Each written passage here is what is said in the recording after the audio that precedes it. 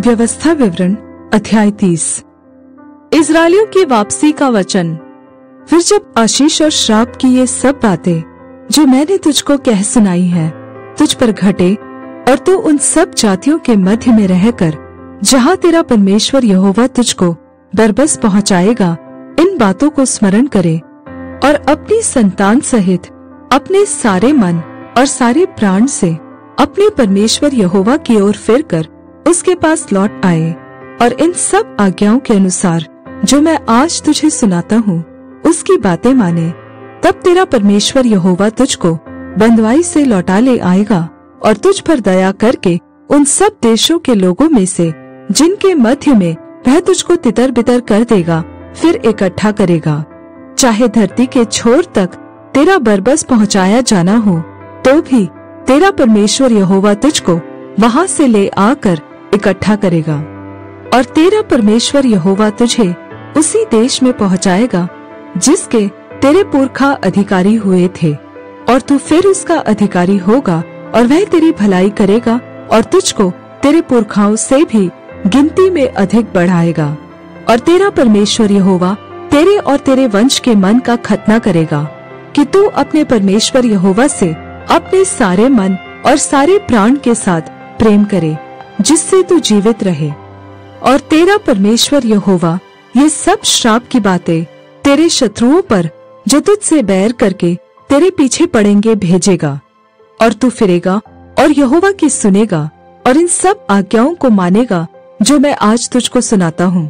और यहोवा तेरी भलाई के लिए तेरे सब कामों में और तेरी संतान और पशुओं के बच्चों और भूमि की उपज में तेरी बढ़ती करेगा, क्योंकि यहोवा फिर तेरे ऊपर भलाई के लिए वैसा ही आनंद करेगा जैसा उसने तेरे पूर्वजों के ऊपर किया था, क्योंकि तू अपने परमेश्वर यहोवा की सुनकर उसकी आज्ञाओं और विधियों को जो इस व्यवस्था की पुस्तक में लिखी है माना करेगा, और अपने परमेश्वर यहोवा की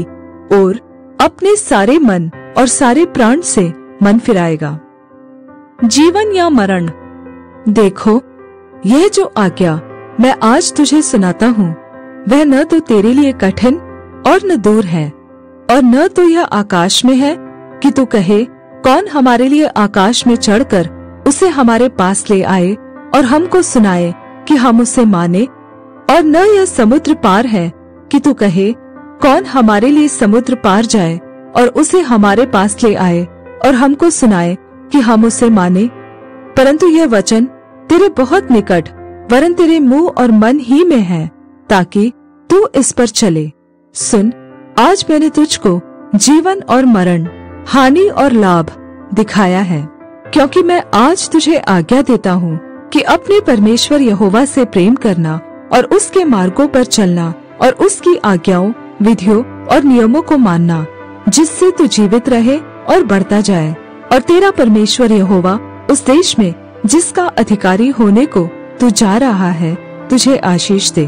परंतु यदि तेरा मन भटक जाए और तू न सुने और भटक कर पराये देवताओं को दंडवत करे और उनकी उपासना करने लगे, तो मैं तुम्हें आज यह चेतावनी देता हूँ कि तुम निस्संदेह नष्ट हो जाओगे, और जिस देश का अधिकारी होने के लिए तू यरदन पार जा रहा है उस देश में तुम बहुत दिनों के लिए रहने न पाओगे। मैं आज आकाश और पृथ्वी दोनों को तुम्हारे सामने इस बात की साक्षी बनाता हूँ कि मैंने जीवन और मरण, आशीष और श्राप को तुम्हारे आगे रखा है, इसलिए तू जीवन ही को अपना ले कि तू और तेरा वंश दोनों जीवित रहे। इसलिए अपने परमेश्वर यहोवा से प्रेम करो और उसकी बात मानो और उससे लिपटे रहो, क्योंकि तेरा जीवन और दीर्घायु यही है। और ऐसा करने से जिस देश को यहोवा ने अब्राहम, इसहाक और याकूब अर्थात तेरे पूर्वजों को देने की शपथ खाई थी, उस देश में तू बसा रहेगा।